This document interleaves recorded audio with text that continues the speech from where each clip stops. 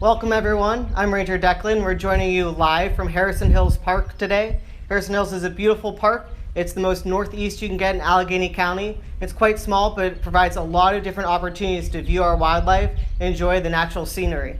Today we're going to be talking about fireflies, which are one of my favorite bugs, and we also call them lightning bugs around here. So either firefly or lightning bug, both interesting names because it's not really a fly and it doesn't have fire. And it's more specifically a type of insect called a beetle. So it's a very small insect, and I have an example of one right here. So they get only about half an inch to an inch in length in the ones in our area.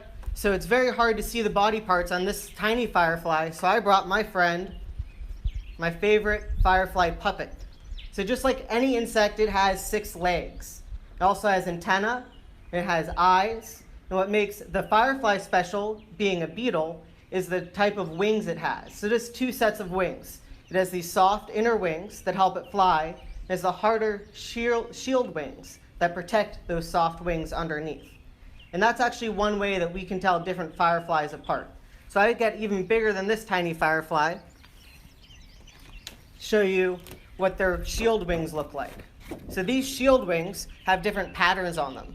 And sometimes you can tell what type of firefly it is based on the pattern of the stripes or how dark it is. So some are completely black on the top, some are a lighter brown than this, and some of them have these yellow stripes down on them. So that's one of the reasons that we know it's a beetle. So the beetles have that hard outer shell of a wing.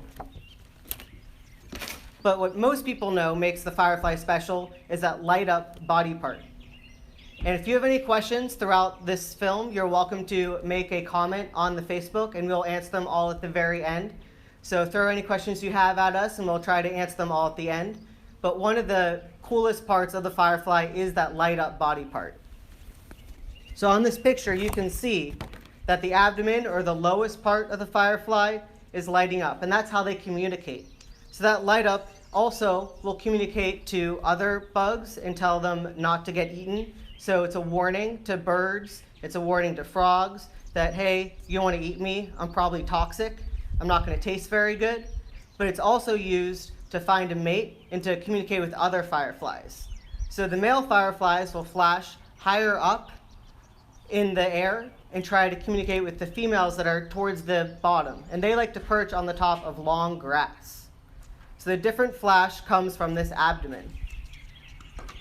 And we have a giant abdomen to show you how that happens.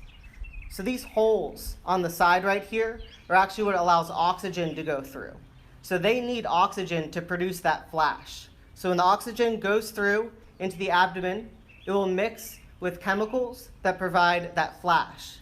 And so when we call it a firefly, you think of fire as being very hot. But fireflies are actually much more efficient than even humans have figured out how to be in creating a light. So they create a very cool light, but it takes a lot of energy to create a very bright light. So that cool light, if you were to touch it, would not burn you, unlike some of our light bulbs. But it would take about 25,000 fireflies to power one light bulb. So it's not going to work out for us yet, but scientists continue to study how they can use the firefly's flash to create more energy efficient light bulbs, and also in some medical research. So that's the firefly's flash. And just like you can tell different fireflies apart based on what the hard outer shell wings look like, you can also use how their flash is to figure out what type of firefly it is. So if you're not going out to catch fireflies, you're just enjoying a nice night and you're looking out into a meadow or maybe into your backyard and you see them flashing, you might notice different types of flash patterns throughout the night. So we have one that's called the Big Dipper, or the common eastern firefly, that flashes in an upwards J shape. So just like that. So that's the Big Dipper firefly. Then we have other fireflies that might flash twice and then stop, and flash twice again and then stop. And there are others that might flash repeatedly. It's like they don't take any breaks when they're flashing, they just keep on doing it. So those are 3 different flash patterns, and those all belong to 3 different types of fireflies. So next time you're looking out at the night, try to figure out how many different types of fireflies maybe you can see in your backyard. What's really great about fireflies is how common they are. So not only do we see them in urban areas, in urban backyards, you can also see them in suburban areas, you see them in rural areas. And in Pennsylvania especially, we're quite fortunate that fireflies love our environment. So when you think about Pennsylvania weather in the summer, what do you think about? It's hot, right? And it's very humid. And those are two things that they like. They really like that moist air. So if you're ever outside and you're like, wow, it is way too muggy to be out here all night, know that the fireflies are going, yay, we love this. And they really like some longer grass too. So they prefer some edge habitats and some open areas and meadows. So if you ever need an excuse not to mow your lawn, next time your neighbor complains a little bit about it, just say, hey, I'm doing it for the fireflies. So that longer grass is actually beneficial for them. Another thing is having few chemicals used on it, because that can sometimes hurt them as well. And also artificial lights. So in our parks, other than North Park and South Park, they close when it's dark. So that means that places like here at Harrison Hills, or right by the ELC, which has a large meadow in front of it and a lot of edge habitat, is really perfect for the firefly. There's no humans around, the lights are down, and that means that it's a lot easier for them to communicate with each other with that flashing pattern. Now, one thing that I think is interesting is when I was younger, I thought fireflies only existed at nighttime, that they were only around during the night. And if you have any questions, again, feel free to leave them in our comments on this Facebook video, and we'll answer them all at the end. I want to throw this out to you. See if anyone knows the word for an animal that is most active during the nighttime. Nocturnal. So we have animals that are nocturnal. That means that they are active during the nighttime. There's a lot of other animals that are examples of this. One of the most visible insects that's nocturnal is that firefly, because they're flashing so we can see them. But what about animals that are active during the daytime? Do you have any guesses what the word or the opposite of nocturnal is? So I thought maybe they would make it a word that ends with ernal. But it's actually called, or it is called, diurnal. So diurnal means daytime. So you're active during the daytime. And that is most of us as humans. So we're diurnal. And we do have diurnal fireflies. Now in Pennsylvania, most of our fireflies are nocturnal, so they flash. But there are many types of fireflies, including many west of the Mississippi River, that are diurnal and they don't flash.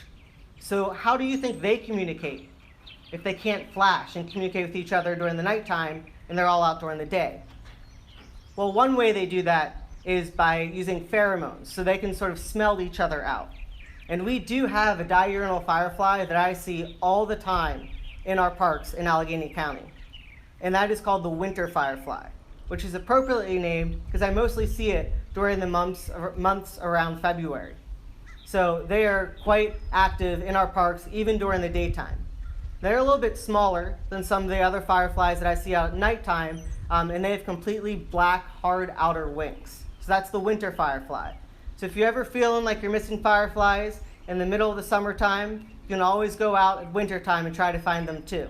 They like similar areas. I often find them on rocks because it's very easy to contrast the firefly on a gray rock. So that's one way to go look for them during the colder months.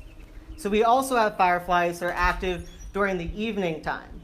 So if we have diurnal for daytime and we have nocturnal for nighttime, what's the word for ones that are active in the evening? So dawn and dusk, so early morning and right when it's becoming nighttime. So if you have any guesses, you're welcome to put it in the comments. And again, if you have any questions for us throughout this, we can answer them at the very end, and we'll be going through our Facebook comments to answer your questions. So the word for animals that are active during the dawn and dusk time is actually crepuscular, which blew away. It flew away, but I found it. So crepuscular. So we have nocturnal, diurnal, and crepuscular.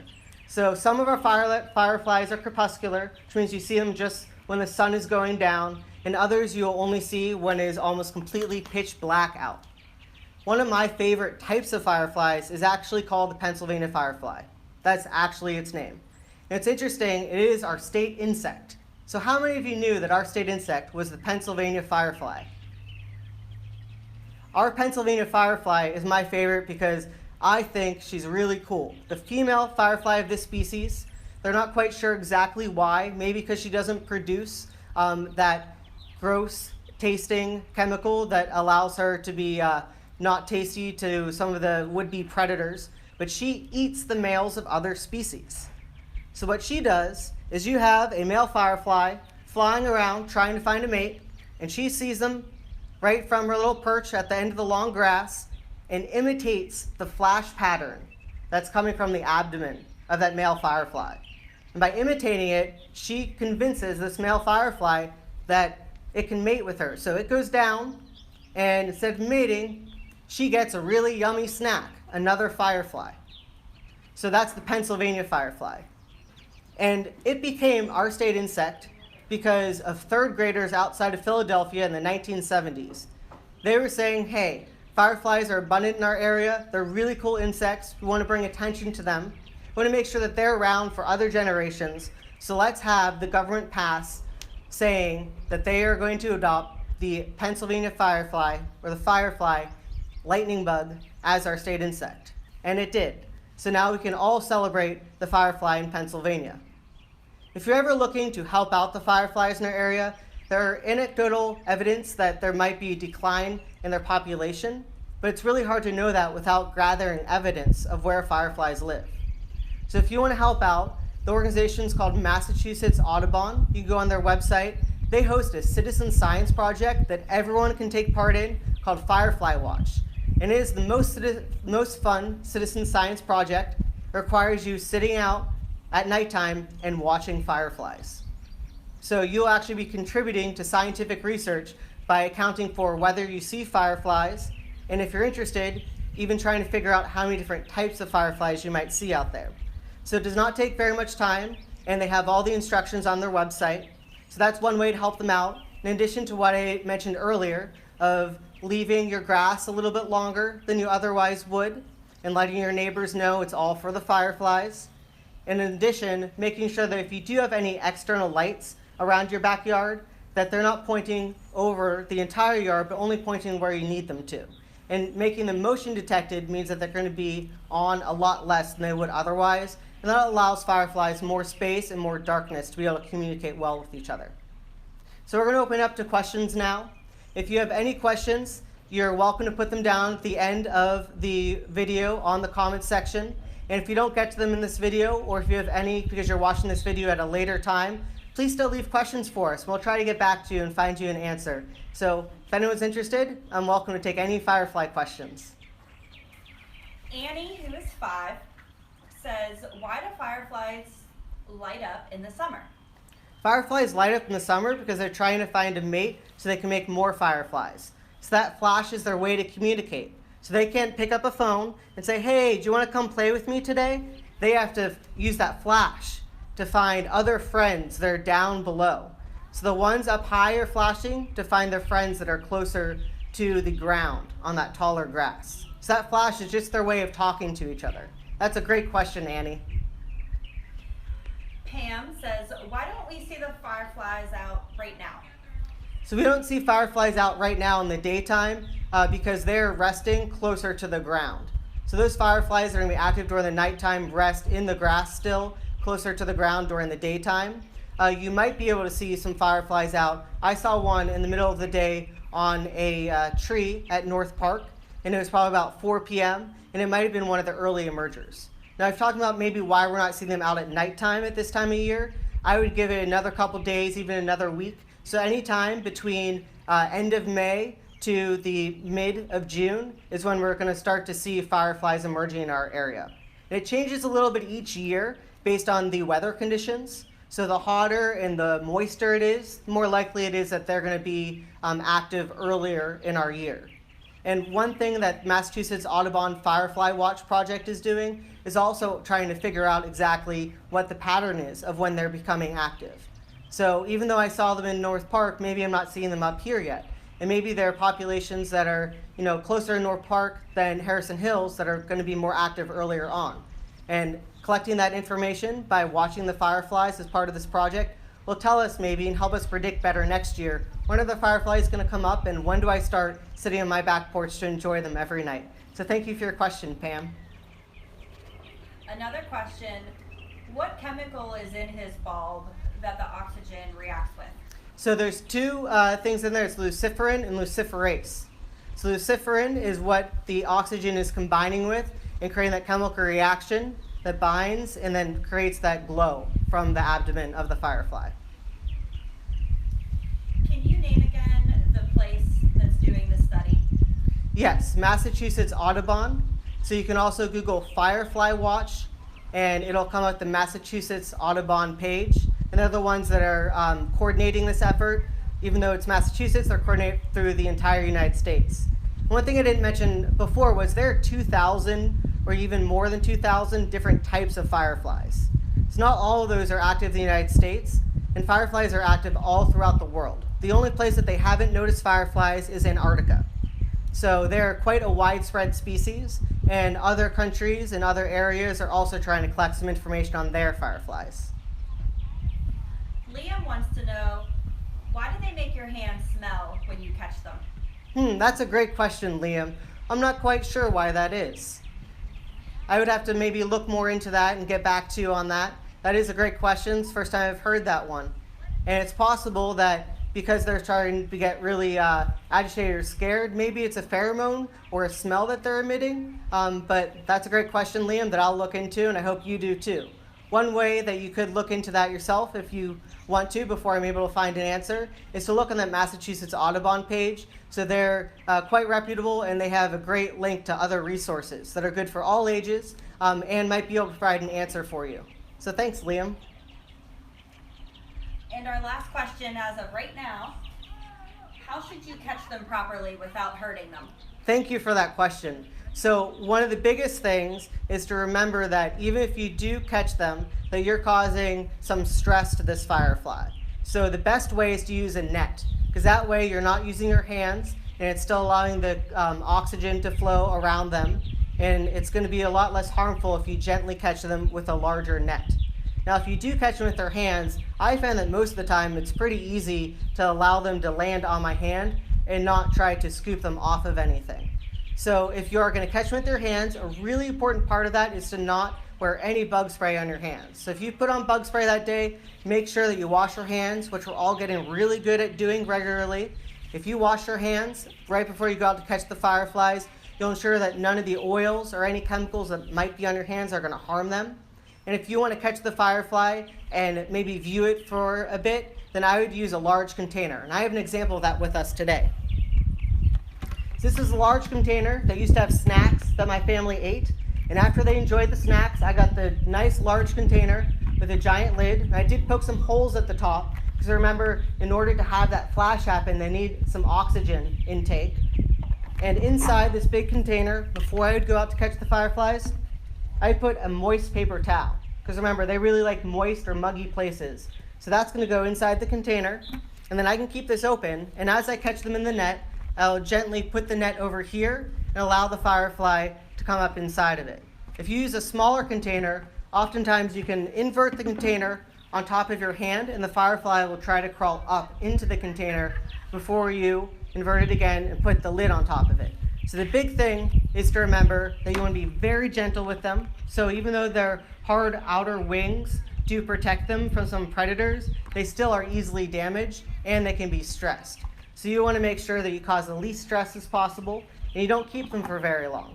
But you can keep them in here for even a couple minutes or maybe 10, 15 minutes and you can observe what they look like. And maybe next time try to find out what pattern is on the back of their wings. So see if that matches with what you saw the flash pattern right before you caught it.